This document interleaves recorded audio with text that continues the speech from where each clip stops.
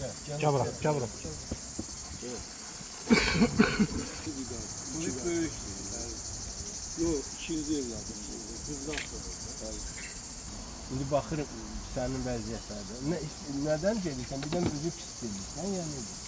Kanılmaz orada. Yəni bir nə hiss edirsən? Başın gizləndir, hansı görünür? Onda gedirsən. İndi orada bir qan köçürür. 3 defa bu bazı həkim nəzarəti altında qalırlar. Bir mağaza qatılır. Ben burada olmayanda gözüm gecikmə olur. 3 defa skor. Bize değil. Sen de güvenliğinde bize değil. Yok sağ olsun. Oradan bağ, çarmı, oradan. Siz birinden 2 defa skor bize değil. Avrupa almış sağlamak olur. 2 yıl, 3 yıl, 2 yıl yarım. Tabii taşınların önünde bir mesela skor. Biz de dəstək olacaq. Allah devletimizden razı olsun. Bu xüsusi təyinatda olduğu diye o çok 2 aydan sonra əskəriyə getdi, 2 aydan sonra getdi. Bütün rayonların iştirakı alınmasında iştirak edir. Bilirəm. Qəhrəmandır. Maşallah. Bu boyda zəhmət çəkib, canını fəda edir. Bu xəstəliyi orada tapmışlar. Biz hamısını qiymətlə Bilməliyik ki, bu rəhmətli içində şömüllü 58 yaşında birinci Qarabağ müharibəsində adın koydu bunu. Bu rengon davamlısı için babamın inşallah Allah İnşallah güzeller sağlansın. Ama sen ne yapıyorsun?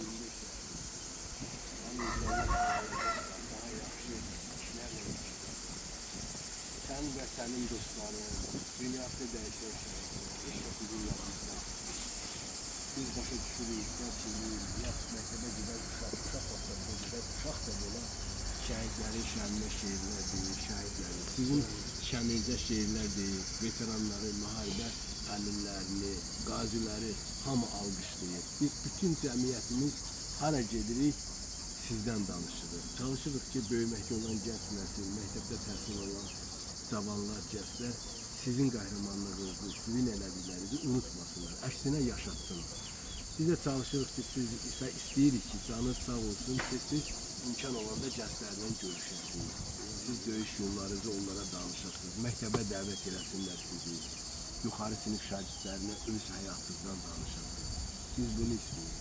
Qaldı səhhətinizə həm dövlət başçımız, həm birinci vitse-prezident Mehriban xanım, hökumətimiz daim qayğı göstərir. Biz də demişik, burada yox idim, mən istəydim tez görüşmək, Qəşəm müəllimə demişdik. İndiki lazım gələcək sizi aparmağa malikdir, yenə biz nə lazım olsa siz kimi olacaq. Ələlə görərik. Allah razı olsun.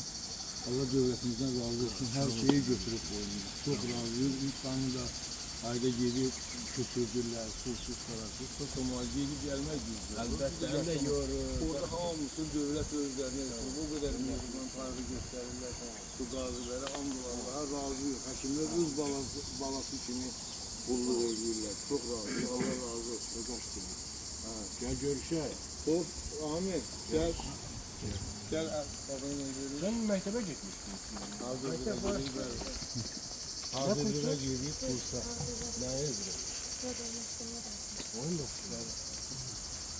Bu Hazırlık binasının altında biz de yaşıyoruz. Orada kursa Yayda mı aşağıda? yayda ve gözlüğü. Yaxşıdır. Gözəl. Neçəsi işlədi? 7-də Yok, anı mesela çok yapıyorsun. Bir de 6'ya çevireceğim. 9 tane. 40 kilo çəkiyle dağa dırmaşdırılmışlar. Geldi fısıl sesleri koymuyordu böyle yavaş. Güzəlləşək. Biz de gezdik biraz. Ona göre. Devam edelim inşallah. Bu qədər insanlar sənə dua edir. Allah kendisinden razı olsun. Sənə dua edir. İnşallah.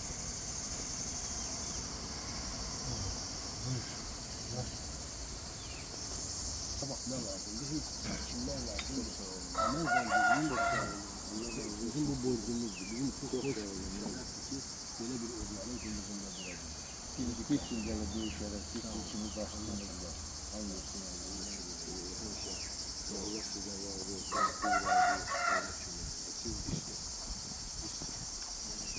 Ve derinde ve derin